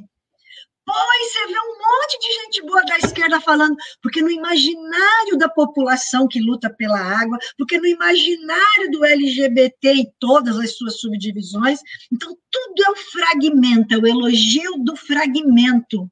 É tudo descaracterizado, né? É a história em migalhas, é a Clio despedaçada, entendendo? Só é possível encontrar a verdade, se for o caso, no pequeno, no fragmento, na parte, nunca no todo. Você falou isso, acreditou nisso, o mundo nunca vai ser mudado. Então, quando Foucault diz, não é possível tomar o poder de Estado, e fica aquela coisinha, né? De dizer que não é possível, né? Que você só pode mudar o mundo sem tomar o poder, e aí, nossa, a burguesia está dando risada da nossa cara. Sabe aquela coisa do funil, que você está com a cabeça lá e o bumbum para fora, a burguesia está dando risada do seu bumbum para fora, né? Estou pondo a posição ridícula para a gente aqui, ao tomar consciência de que a gente fala, mas não sabe, uma categoria que não é nossa, que vira conceito e que nos convence disso, de imaginário coletivo. Outra palavrinha desesperadora. Vamos ressignificar o conceito de classe. Então, a classe tem os seus fragmentos. Como nós vamos dizer que uma mulher é igual a um homem? Como que nós vamos dizer que um LGBT é igual a uma mulher? Aí, todas as divisões, o cis, o não cis, eu confesso que eu nem procuro entender muito bem essa nomenclatura, porque eu acho ela louca, para a gente poder não explicar a realidade. Embora eu reconheça que ela possa ter uma fundamentação, mas ela foi para a franja, saiu do centro. Outra horrorosa, às vezes escapa comigo, porque ela é tão usada, mas é melhor riscar. Risca plural, risca vontade política, risca imaginário coletivo, risca ressignificação e risca desconstruir. Aliás, é uma verborragia absolutamente charmosa. Do que falar de luta de classes? Eu digo assim, o Lenin foi um grande pensador, mas vou fazer a desconstrução do seu pensamento localizado historicamente num mundo sem tecnologia e vou ressignificar o pensamento de Lenin para a categoria, né, e a discussão do feminismo dentro do bairro, né, da Cata Preta, no Rio de Janeiro. Recortei. Falei de ressignificação, de desconstrução, não falei da totalidade, falei do fragmento, e é mais fácil fazer, é muito mais fácil fazer pesquisa assim, é uma pesquisa que se confunde com o empírico, por isso o positivismo tão presente, o relativismo, o existencialismo e a superação dos três, a pós-modernidade, tá certo? E que aparece como se fosse uma ajuda da esquerda contra o marxismo, eu consigo ir dormir no travesseiro, consciente de que eu lutei pela minha condição de gênero, pela minha condição de raça, pela minha condição LGBT, de povos originários, sei lá do que, entendeu? E aí eu estou nesse nicho de mercado ideológico, e falar mesmo de luta de classe, de superação do capitalismo, está longe disso, o que não quer dizer que essa pessoa seja mal intencionada, que ela faz, mas não o sabe. Aí o que acontece? A gente se degladia entre nós em assembleia de professor, em organização de evento, em tudo que vocês possam imaginar, né? Fica aquele conceito das mentalidades. Sabe, na história, não sei se tem historiador assistindo, a história das mentalidades, a história do cotidiano, a história do cheiro, a história do chapéu, a história da roda, a história... Entendeu? Aí pega a história... Não mais nem de personagem. Nossa, a gente reclamava quando era a história de um personagem, Bonaparte, Stalin, sei lá mais quem. E aí eu pego aquele papo charmoso que eu posso confundir durante meia hora uma banca ou um evento acadêmico dizendo assim, porque o conceito que eu aqui trouxe está posto através das falas, das representações, das identidades, dos lugares, das oralidades, dos atores, dos paradigmas. Gente, falei tudo e não falei nada. Acabei de falar 9 conceitos vazios, que na hora que você vai espremer, aí sim, filosoficamente, ter uma perninha lá no Nietzsche, outra perna no Foucault, outra perna no Lacan, nem vou entrar no vespeiro da psicanálise. Quero uma segunda vinda aqui, já estou pleiteando, tá certo? Só para a gente falar do Lacan. E aí já vai ter um monte de gente brava, porque Lacan é amado, adorado, não é verdade? O também, o Nietzsche também, odiado, meu Marx, né? Talvez não por quem esteja aqui no programa, evidentemente, Mas como é que você põe na ideia de uma luta política, de uma emancipação política, um objetivo de emancipação humana? Outra questão que é extraordinariamente simples e não está sendo tocada pela esquerda. Eu não quero me emancipar como mulher, quero me emancipar como raça humana.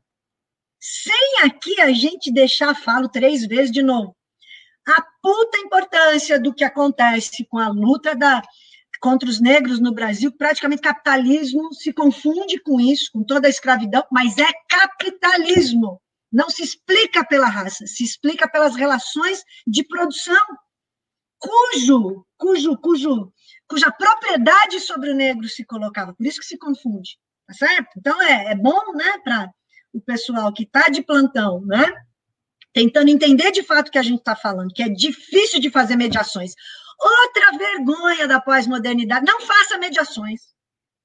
Você use os conceitos, como você bem entender, e dê o conteúdo que você quiser a eles. Então, falas, representações, identidades, lugares, oralidades, atores, paradigmas, desconstrução, ressignificação. Olha, você faz uma tese desconstruindo um negócio e ressignificando. E ninguém vai te pedir uma coerência interna, porque o dia que você encontrar uma coerência interna, você vai encontrar a classe, você vai encontrar a função social da ideologia, tá certo? Então, nós não temos como matar na raiz isso, nós temos que construir categorias que são nossas. Então, quando a gente diz assim, mas o que eu vou usar no lugar de paradigma? Não sei, inventa. Inventa na hora que você tiver bumbum na cadeira, estudando, fazendo teoria. Fazer teoria dói. Dói a cabeça, dói o bumbum, dói o raciocínio.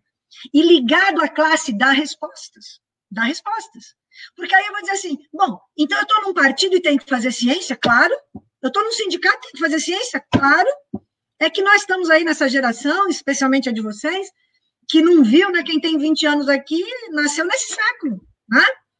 E nós estamos vindo lá desde o golpe de 64 e tal, ali naquele pré-64, que é tão desvalorizado, né, na historiografia, ali tinha uma ideia de revolução, especialmente essa que a gente defende tanto, de revolução brasileira, né? De revolução latino-americana, de revolução africana, revolução asiática, né? O mundo pobre contra o mundo rico. Rico e pobre aqui, é só uma figura de linguagem, é proletariado, burguesia. E essas coisas que eu acabei de dizer, você começa a usar outras expressões, rico, pobre. Olha, quando eu vejo alguém que se põe como marxista explicando o mundo com rico e pobre, eu fico brava. Ou um cara de movimento social, candidato a presidente da República, de movimentos sociais, que nem chama de movimentos populares, fica falando de rico e pobre, entendeu? Rico e pobre, isso daí é explicação pós-moderna para nos enganar. Então, imagine que as categorias que a gente usa não são nossas, e a gente quer categorias que sejam nossas. Se você descobrir que você está sendo enganado, você não vai querer destruir a pós-modernidade? O Foucault, Lacan, o Nietzsche, todos esses caras? Claro que vai. Agora, isso é coisa para amador? Não, isso é coisa para muita gente, para uma classe e uma posição de classe. Então, eu só queria abrir para as perguntas aí. Pronto, senão eu vou falar. Não, eu já tenho quase certeza de que nós temos que marcar outra vinda sua aqui, seja para tocar nos temas que foi falado, ou também para responder aos colegas e todo mundo que se pronunciou ali, né? Mas, grosso modo, assim, antes de passar, me parece que aquela história de que as ideias dominantes de uma época são as ideias da classe dominante, né? Perfeito, parece algo tão... Eu falo porque, assim, às vezes o autor, o cara estuda, e Marx é um desses autores, quando fala que estuda, mas isso é um velho, tu já parou no tempo, camarada. Pelo contrário. Posso dar um argumento para isso? Claro. Posso dar um argumento? Normalmente dizem, não, mas você está trabalhando o autor do século XIX, Aviso aos Navegantes, Nietzsche é do século XIX, morreu em 1900. Marx morreu em 1883. Então, quem vem me dizer aqui, né, em debates, em discussões, vocês vejam, a vida da gente não é muito fácil, rebatendo os ícones da filosofia, os ícones das ciências sociais, os ícones. Então, em todos os campos onde a gente está defendendo um pensamento crítico que não é aquele que é o hegemônico, né? Pô, isso dá, paga um preço, tá? E um preço que eu adoro pagar, entenderam? E, claro, difícil de pagar, porque, assim, o pessoal te chama de tudo. Ou a direita, às vezes, tem menos críticas a você do que a própria esquerda, porque, assim, a esquerda se sente tão checada e com uma raiva de revolução, porque é tão mais fácil fazer um discurso mais charmo, falar em oralidades, pluralidades, né? E essa coisa toda dos ades no final, né? Eu costumo dizer, às vezes eu vou num evento e fico anotando todas essas palavrinhas assim, né? Para, nossa, olha quantos conceitos que não são categorias e que não explicam nada, mas é charmoso, é bonito. Aí você vai lá e faz seus 10 minutos de apresentação do seu trabalho, né? Fala em luta de classes, pega o Marx, pega a filosofia. Lenin, então, quando fala em Lenin, é pior que falar de Marx. É como se eu estivesse falando de um cara, né? De um político vulgar, que para eles Lenin nem sequer é filósofo, né? Aí começa aqueles bafos, né? O pessoal fica, faz para o público ouvir mesmo, entendeu? Um ou outro começa a ter o olho mais aceso, porque é algum marxista perdido por ali, entendeu? E aí você tem mais que falar. Aí chega uma hora que todo mundo fica ouvindo, porque aí você começa a dizer um negócio que eles não conseguem falar contra, que você pega na raiz, na base, entendeu? Falando da relação sujeito-objeto, etc. Eu já aprendi muito nesses debates que caminho escolher para fazer a crítica, né? Por onde começar.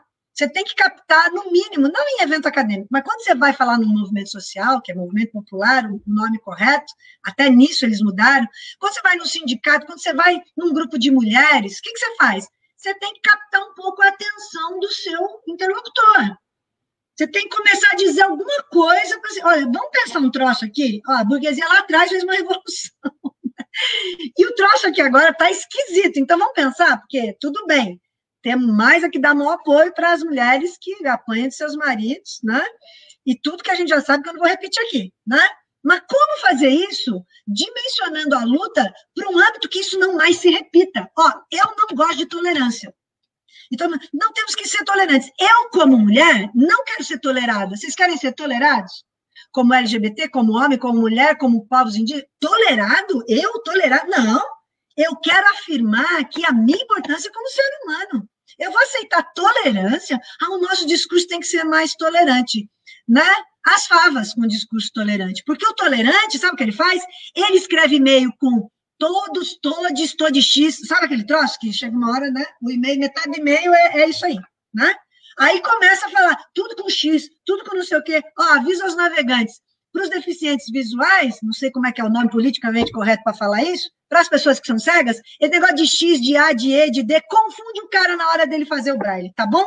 Então, você está pegando um lado, está tirando o outro. Isso só para dar um exemplo, assim, bem pequeno. Pequeno porque você não é cego, tá certo? Então, aí você tem esses caras falando todos de X, não sei o quê.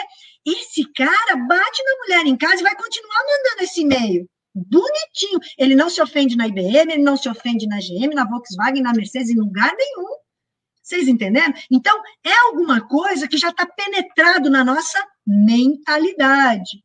E aí você tem que chamar uma esquerda para briga, uma esquerda para dizer coisas menos charmosas. Nossa, no mundo universitário, então, a gente passa muito apertado, mas eu diria a vocês, camaradas, companheiros, alunos, professores, funcionários da universidade, se a gente não pegar espião pela unha, vai ficar pior do que está hoje.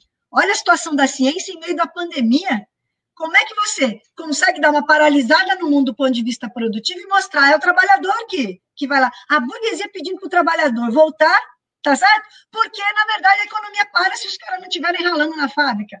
Francamente, né? E alguém da sociologia do trabalho vai dizer que não existe oposição trabalho e capital, que o que temos agora são as costureiras, o teletrabalho, o teleserviço. Tá, legal, tem tudo isso. Mas como você explica na totalidade?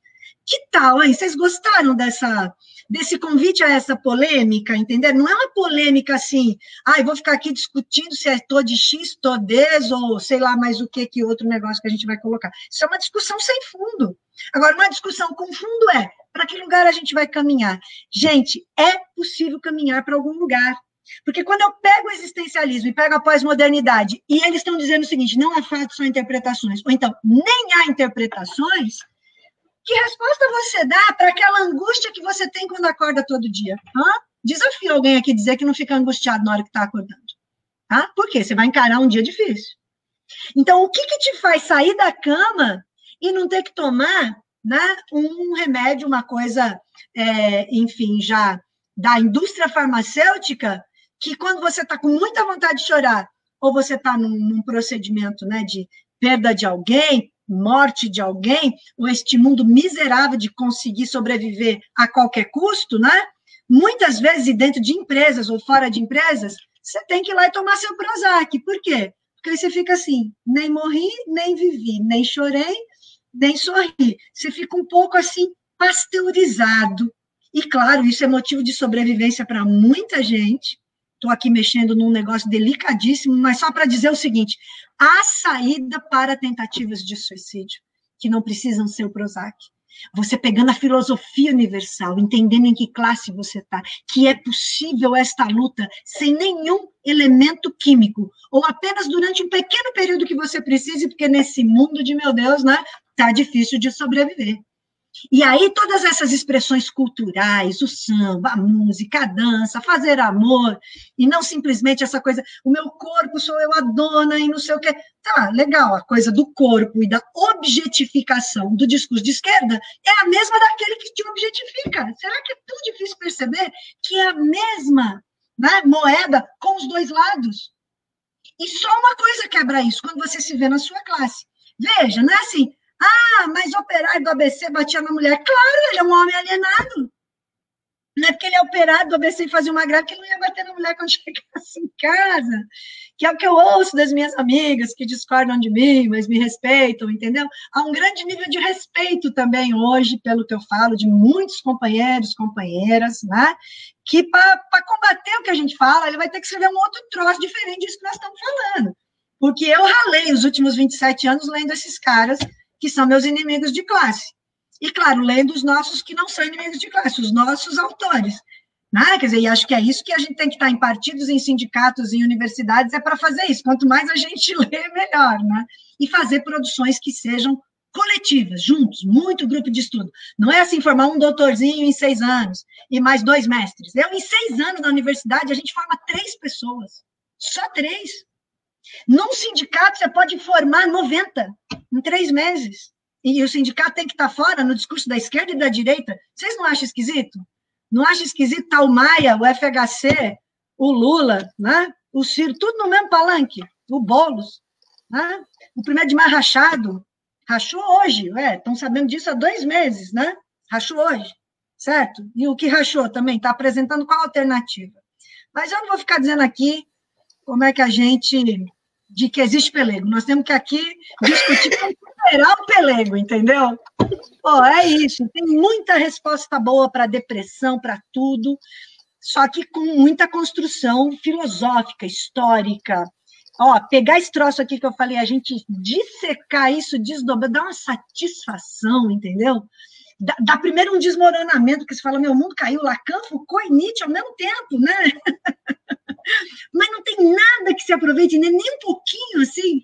Pô, mas o que o Foucault falou das prisões e tal. Veja, gente, não confundam narrativas que parecem progressistas com metodologias que, ao fim e ao cabo, não levam à transformação. Eu posso dar um desconto para o Foucault, porque ele falou de prisões, dos manicômios e dos gays. Claro, ele faz um texto inteligente, ele falou o que as pessoas queriam ouvir, sem jamais dizer o seguinte, como é que eu acabo com isso? Sendo tolerante? Tchau, tolerância. O método do Marx, diferentemente do Foucault, do Nietzsche, e do que se tornou a psicanálise, ela até começou bem, mas depois se desconfigurou, né? E o Lacan é uma dessas expressões, dessa decadência ideológica da burguesia, no âmbito da psicanálise, que a gente pode conversar depois, né? Nós temos alternativas dentro das filosofias dialéticas, vamos dizer, o Marx como a sua expressão mais acabada, né? A gente tem alternativas, inclusive, de construção humana da humanidade, e de aprendizado ético revolucionário, e de enfrentamento. Claro, você não vai ficar, digamos assim, numa posição confortável. Agora, quem aqui quer ficar numa posição confortável e morrer com a boca cheia de formiga? Eu não quero, espero que vocês também não. Formiga, pós-moderna ainda. Eu quero quebrar um pouco essa coisa dura que a gente está falando e convidar para a polêmica, mas uma polêmica não é polêmica pela polêmica, porque eu estou lá na pluralidade, cada um se defende, um ataca o outro, sai tudo cumprimentando. Não, eu quero sair, né? Se for para sair na porrada, eu não vou sair cumprimentando o cara que é meu inimigo, isso de jeito nenhum, entende? Isso é só do final de uma banca aí, né? Mas aí não dá em nada. Não quero desestimular ninguém, só dizer que tem mais coisa do que a gente fazer e transformar a tese que você faz aí na PG, a sua dissertação, numa coisa que você se honre como intelectual público e não só intelectual acadêmico. Talvez esse seja um tema importante para seguir. O que tem a diferença entre intelectual público e intelectual acadêmico? Mas isso acho que é para outro momento. Acho que a Marcela, talvez, gente, assim, pelo avançado da hora, algumas 3 questões, o que vocês acham? Vai, Marcela. Eu vou pegar algumas questões aqui do pessoal, colocar aqui para gente. O Toby Tuvia, ele pergunta: qual é o papel que os intelectuais podem assumir numa revolução científica para o país? Responda uma por uma, ou você já vai fazer as 3? Se quiser ir respondendo, professora. Tá bom. Obrigada ao Toby Tuvia, isso, né? Isso. Pela pergunta. O papel é fundamental pelo seguinte: uma revolução científica descolada de quem é o proprietário privado dos meios de produção, ela já é um caminho para a superação da burguesia em favor de uma nova classe que seria o proletariado. Então, vamos lá, porque isso é um pouco complexo, né? E esse é, já uma terceira discussão que a gente pode trazer aqui, que é resgatar um dos maiores filósofos brasileiros que vai discutir a era tecnológica, aquilo que ele chama de uma era tecnológica, o que é o domínio do homem sobre a natureza, que é o Álvaro Vieira Pinto. Ele é alguém formado na área da medicina, foi professor de matemática durante muito tempo, não era marxista, se torna marxista quando ele se torna um intelectual ali do Instituto Superior de Estudos Brasileiros. Então, para falar de revolução científica e desse papel, né, que está lá, a sociologia dos países subdesenvolvidos, porque os ricos não fazem greve, enfim, Álvaro Vieira Pinto é um autor próximo da completude, da perfeição no sentido dos temas que ele toca e essa discussão. Mas aqui o papel da ciência, num país como o nosso, de capitalismo dependente, a gente tem que tomar o maior cuidado nessa discussão. Porque às vezes se diz assim, quanto mais o capitalismo avança, mais a ciência avança. Gente, sabia que é o contrário? Quanto mais o capitalismo avança, menos ele desenvolve tecnologia, porque tecnologia e ciência só desenvolve-se de forma plena para responder às necessidades humanas. E o capitalismo desenvolve até um dado limite para responder às necessidades do capital. Tem o exemplo mais do que furado, né? Furado não, desculpa, usei a palavra errada. O exemplo mais do que batido da discussão da quimioterapia para tratamentos de câncer, né? Se o capitalismo pudesse propiciar uma resposta científica para a cura do câncer, coisa que aí pelas literaturas alternativas a gente sabe que já poderia existir, ser desdobrada, ele não desenvolve para que aquele remédio, aquela medicina, aquele produto da empresa farmacológica possa continuar dando lucro para aquele laboratório. Bom, e aí vocês imaginem, né? No campo da perversão que significa a continuidade de uma doença aplicada com um remédio cuja patente tem que continuar existindo para dar lucros ali. Então, ela não encontra a cura do câncer por isso, tá?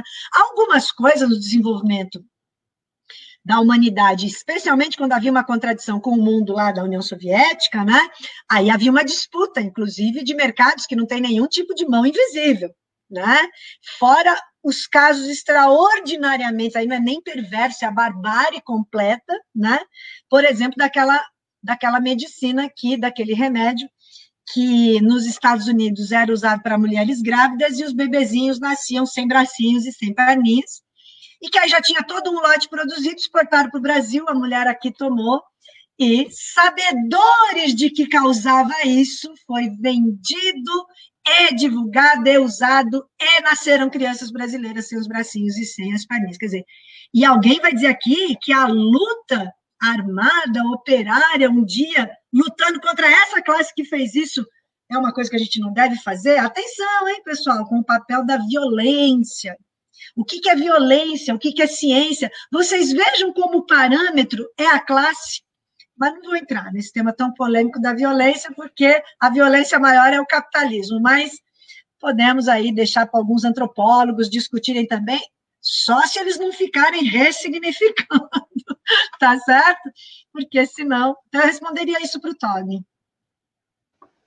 Vamos numa outra pergunta aqui. O Demetrius Ávila, ele pergunta: enquanto a neutralização da luta ideológica dos que estão fora do poder, neutralização até mesmo quanto potencialidade, por parte da praga neopentecostal espargida tão celebremente pelo Brasil, e já ganhando espaço em países hispano-americanos. Ele está pondo neutralização entre aspas, né, da luta ideológica. Sim. Vamos ver se eu entendi a pergunta do Demetrius. Quando a gente fala em neutralidade científica, né, é evidente que a gente está falando de várias expressões ideológicas, onde a religião, que eu acho que é o caso que ele está tentando expressar na pergunta, né, ela pode continuar, né, expressando uma desconfiguração ideológica para a classe dominante que o neopentecostalismo tem representado na política brasileira, por exemplo, né? E não só também em outros países da América Latina. Mas, para isso, tem uma discussão muito difícil, muito dura, e que eu acho que aqui a gente pode só tocar de forma superficial, né? Mais um tema aí para a gente. Mas, enfim, que é o papel da religião e da política. Veja, eu falei até um pouquinho isso no começo, né? A política, né, misturada com religião, de um ponto de vista da teologia da libertação, presente na Igreja Católica, a partir de uma articulação, né, de encontros ecumênicos do tipo, em 68 em Medellín, em 78 em Puebla, né, destacaram a luta do pobre, aí que é a fala da igreja, né?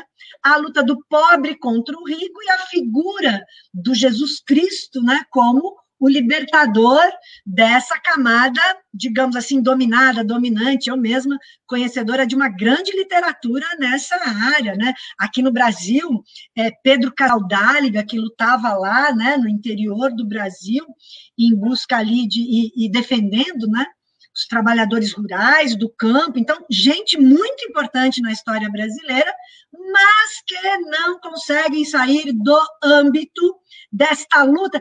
Ela não chega a ser uma luta de causa, mas quando ela fala do pobre, fica do lado de ser pobre como os pobres, é louvável para uma igreja, né, que continua lá, digamos assim, com o símbolo, né, do Vaticano, a despeito de todas as vantagens de termos o Papa atual do que os anteriores, tá certo? Mas quando a gente vai discutir religião e política, olha o uso neopentecostal da direita e o que ele significou e que a esquerda não compreendeu de assistência empreendedora religiosa para esse coitado do povo brasileiro periférico que está ali e ele aprende dentro da igreja neopentecostal.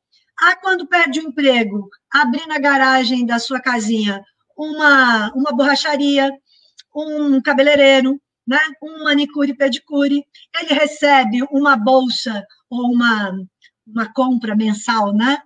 Do esquema lá colhido a duras custas, né? Do dízimo, e o que isso encheu o Congresso brasileiro desse tipo de político mais vulgar possível, né?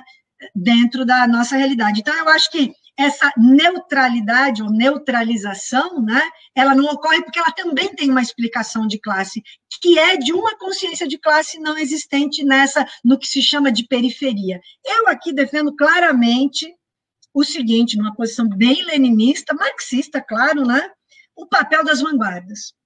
Tanto uma vanguarda que a gente chama de intelectual e que possibilita a construção de partidos de quadros, né, e que se a gente tivesse avançado na luta no Brasil, já teríamos partidos de massas, a partir de qual vanguarda que é a principal? A vanguarda da classe operária. Então, todo esse domínio, né, digamos assim, da religião com a política, que ou vai para a esquerda ou vai para a direita, e no momento está mais para a direita, ele em si seria um equívoco, né? Porque nós temos que autonomizar a política da religião. E aí são outras autonomizações filosóficas também que a gente pode trabalhar. Vamos lá, mais perguntas.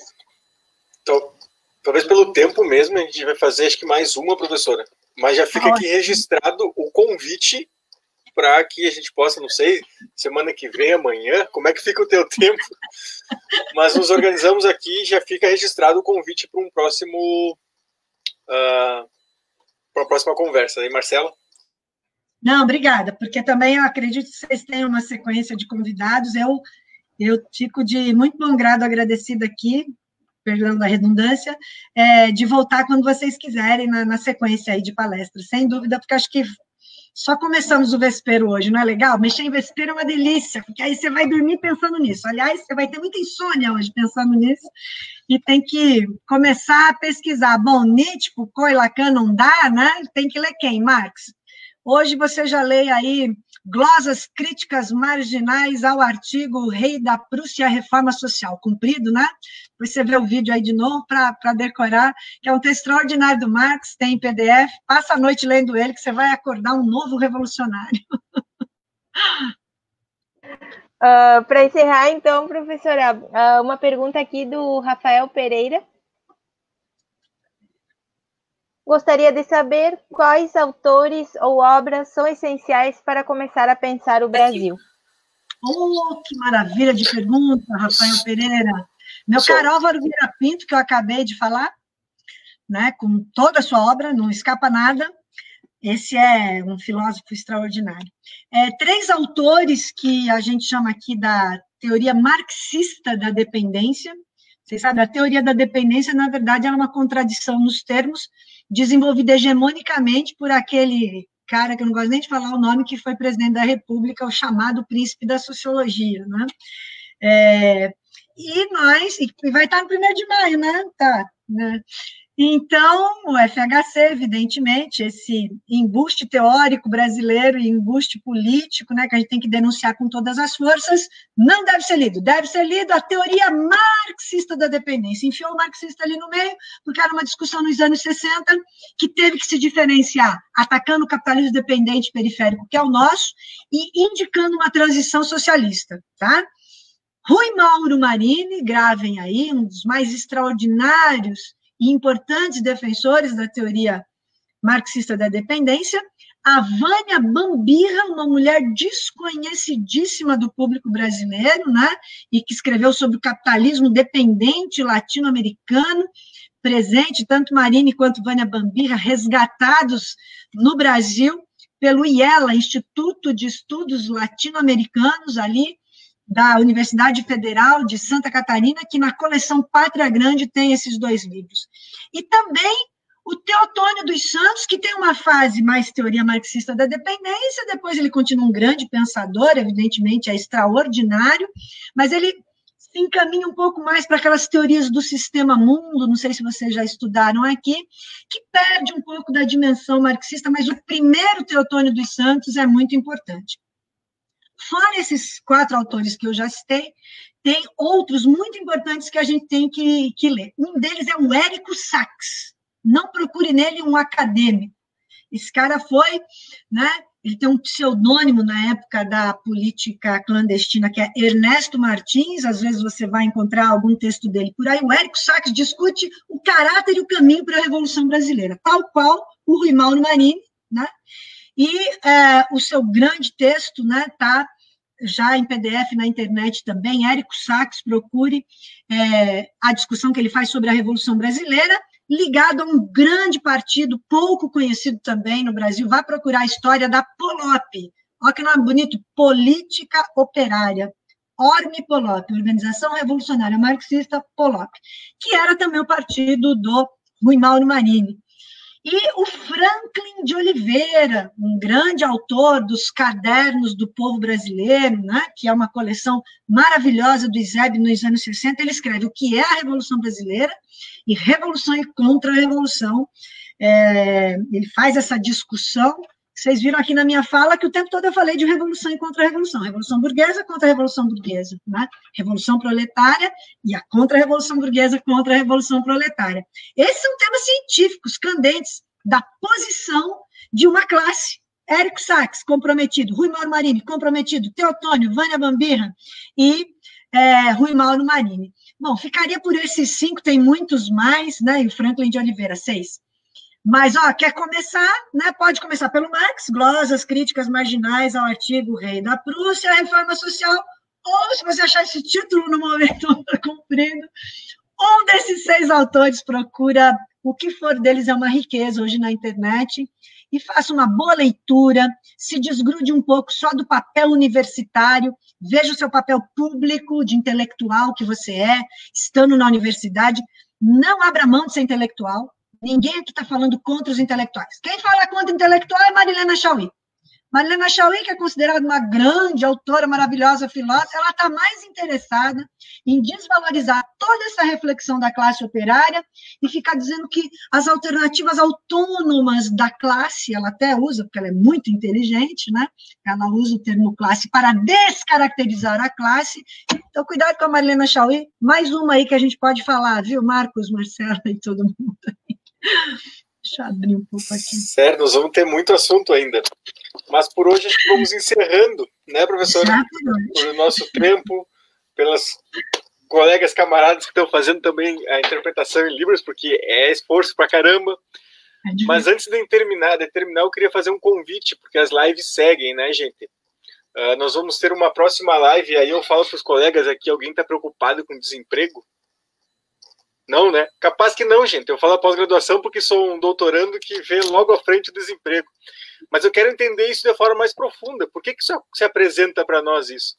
Então nós vamos ter uma conversa para tratar sobre esse tema de forma mais profunda no dia 4 de maio, às 19 horas, então, acho que é na próxima segunda-feira, com Maurício Molinari, que é um economista do Diese, para tratar sobre crise capitalista e a vida de nós pós-graduandos, né?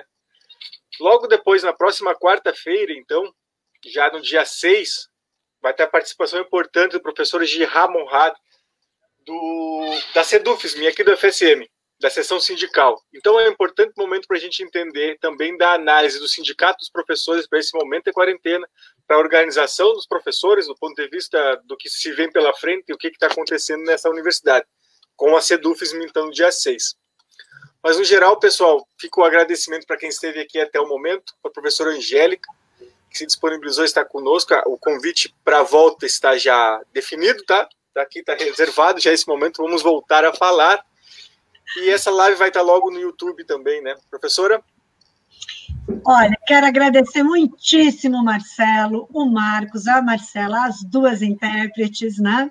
E todos que estiveram aí assistindo, segurando a onda com esse assunto tão complexo, mas que nos traz vida, nos traz não esperança num sentido abstrato, mas perspectiva de classe, possibilidade de superação, não de opressões, que são muitas, mas da exploração que a gente vive. É contra a exploração que a gente tem que lutar, porque é ela que vai dar a solução para quaisquer opressões. Então, vamos fazer essa discussão, eu me disponho, aceito o convite e mando um beijo enorme à distância para todos. Não podemos ainda, né, fazer aquele abraço caloroso, presencial, e vamos lutar para que logo a gente consiga.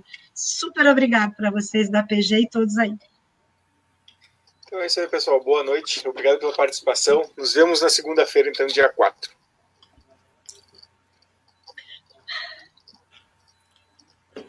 Fora do ar já?